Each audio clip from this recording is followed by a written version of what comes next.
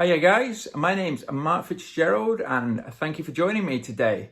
So today I actually wanted to talk about property strategies and mainly, is rent to rent the right strategy for me? Or is deal sourcing the right strategy? Is investing the right strategy? I see a lot of people chasing shiny pennies, trying to do a little bit of everything and not really doing anything at all.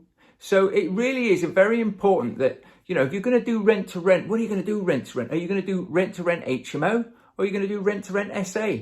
Again, both very different strategies, but the fundamentals are you need to get your hands on some properties, you need to be doing some deals with landlords or investors, and you need to be making sure that the numbers stack for both parties. And it's all transparent.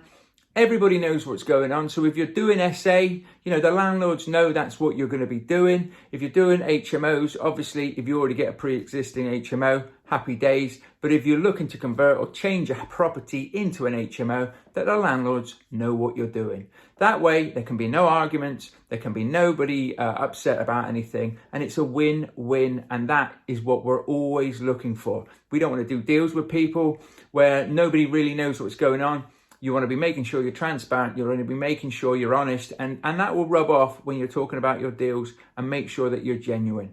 So for me, I was looking at rent to rent as a means to replace my corporate job income. So I took voluntary redundancy when I started on my rent to rent journey. I don't recommend that as it adds a lot of stress and a lot of strain on what you're doing.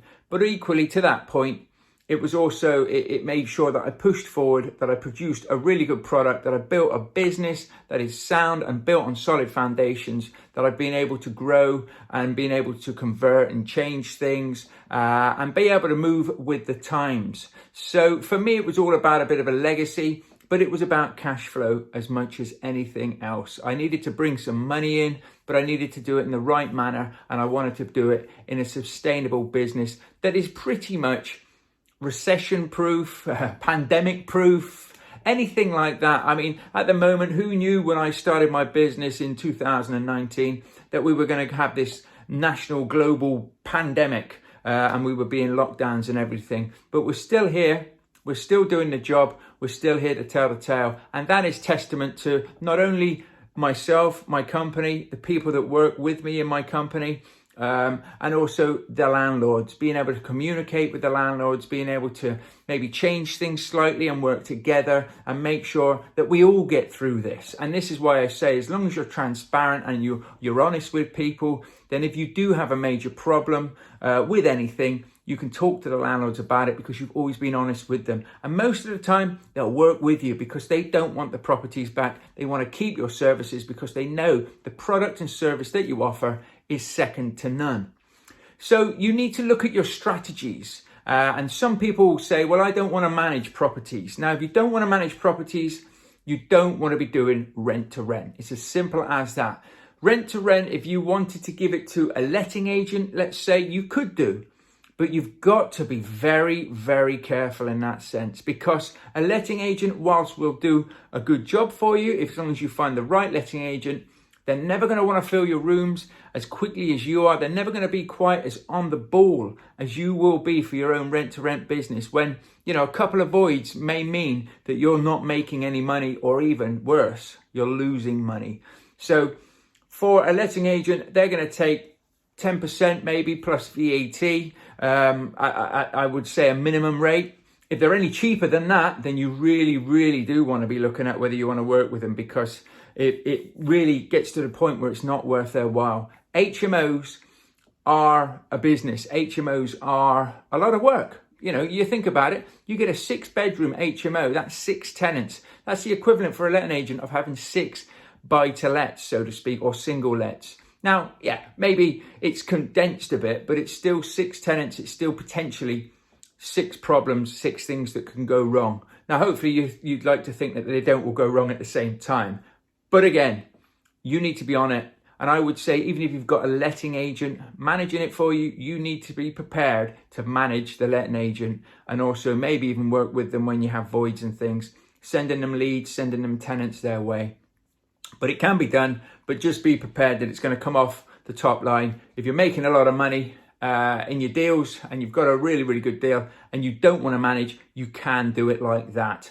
But fundamentally, for rent to rent, you want to be making as much cash as you can into your businesses, and that will mean that the first few you want to really be doing yourself before you start to outsource. It's a good way of learning the business, of learning the systems, and it's also a way that you can sort of look for different ideas, be open to different opportunities of how you're going to manage your properties. And while you may not need to give the whole kit caboodle to a letting agent, you may just find ways and systems and other businesses out there that you can use to make sure that you're still running your business right. And it's all under your roof rather than somebody else's. So with the strategies and things, if you're quite good at going out there getting deals, you're quite good at negotiating things, and you're happy with the paperwork and following things through, and not necessarily knowing that every deal that you do is going to make you money, then deal sourcing is another good option.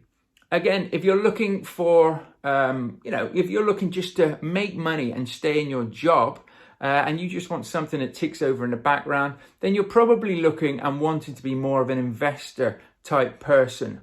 So you'd like to buy properties, give them to a letting agent, and just rely on the capital growth and the rental income as it comes in. It's sort of a passive way. It's probably the most passive way you can invest. It's a lovely thought, but not everybody, particularly myself when starting out, was in a position that we could do that. Now, on that flip side, if you do love your job and you thought to yourself, well, you know what, a little rent-to-rent portfolio of maybe 4 or 5 properties on the side, because I do have a bit of time that I could put to it, then that's great. Rent-to-rent doesn't have to take you forever. Once systems are set up, once the viewings are done, once you're fully tenanted, it can take a couple of hours a week just to overview and oversee things. Obviously, if certain things are happening and they need organising, the hours will go up, but it's still not a 9-to-5 job. So it can work really well that if you've got a wage coming in and maybe you've got a bit of flexibility in your hours as well, then you can have this on the side making money. You can do a good job for the landlords, and you can also build a little bit of a business yourself and just keep it to a manageable size. So those are some of the intakes that you need to be sort of looking at when it comes to doing your different property strategies. So the other beautiful thing about all the different property strategies is some of them give you a chance to test the water. So a bit like rent to rent, if you do HMOs, or even if you do SA, before you've actually bought a property and invested in, all that time, effort and money into something that realistically you can't get rid of unless you sell it or you give it away to somebody, you can do it. So I like the fact that a rent to rent deal can start off like that, but maybe 6 months, a year down the line, the landlord may say to you, I'm interested in selling. You then agree a price. You then take over full control, so to speak, of everything of that property. The landlord, if he doesn't need the money right now, can walk away. And then in 2 to 3 to 5 to 7, whatever you negotiate years time, you can buy that property knowing, I know this property works. I've had this property for a number of years. And also the profit that you're making from running it, you can put towards the deposit. Now, a purchase lease option is where you organise and arrange a price now with the landlord that is set in stone, and then at the end of a term, which could be 3 years and 5 years, you buy the property. Okay. Lease and option. Well, option just means you've got the option to buy the property. You could sell the option on to another investor. You can take an option out of it and just say that I'll do a purchase lease, in which case you'll lease the property with every intention of purchasing it at the end. Obviously, some investors, landlords, if you do this, will say, well, what happens if you don't buy the property at the end? So you would probably pay them a monthly fee. Now, that monthly fee could actually come down off of the price you've agreed, or it could just be a sweetener, and it's a monthly fee that they make to say, listen, if I have this for 5 years and pay you this monthly fee, if I don't buy it and you get the property back, not only do you get the property back, but you've had all this income coming in over the course of that time. So there's loads of different ways and different strategies for you to look at things. And that's what I love about property. because the world's your oyster. A bit like SA. If you were going to do rent to rent SA and you thought, I found a perfect place, this will rent out, it will be great. Now SA can take some time to build up. I know it's booming at the moment, but it can take time to get your client base built up, and it can be a very, very profitable strategy. But just be mindful of the fact that it will take a bit of time to build this up. It will take a bit of time to get everything, and there's a lot of work that needs to be done. So if you know what you're doing and you can organize it and sort it in such a manner that can sort of run itself as well, that again, it's another great strategy. And if you cannot rent it for whatever reason, or you start having problems with it, then as long as you've got the relevant break clauses, the landlords know what you're doing, you can hand the properties back. But always make sure that you hand properties back in a manner or in better condition than you get them. That's what it's all about. Let's do the right thing here. Let's make sure we're doing it the right way. Thanks, Arch. Archie, come on. So I hope that is just a few ways and a few strategies that you can look at going forward. If I can help you, reach out to me. If you've got any interesting questions or anything, please put them in the comments below. And also, if there's anything else that I can help you with, I'm more than happy to do so. So reach out to me, connect, and I'll see you all next time. Bye for now.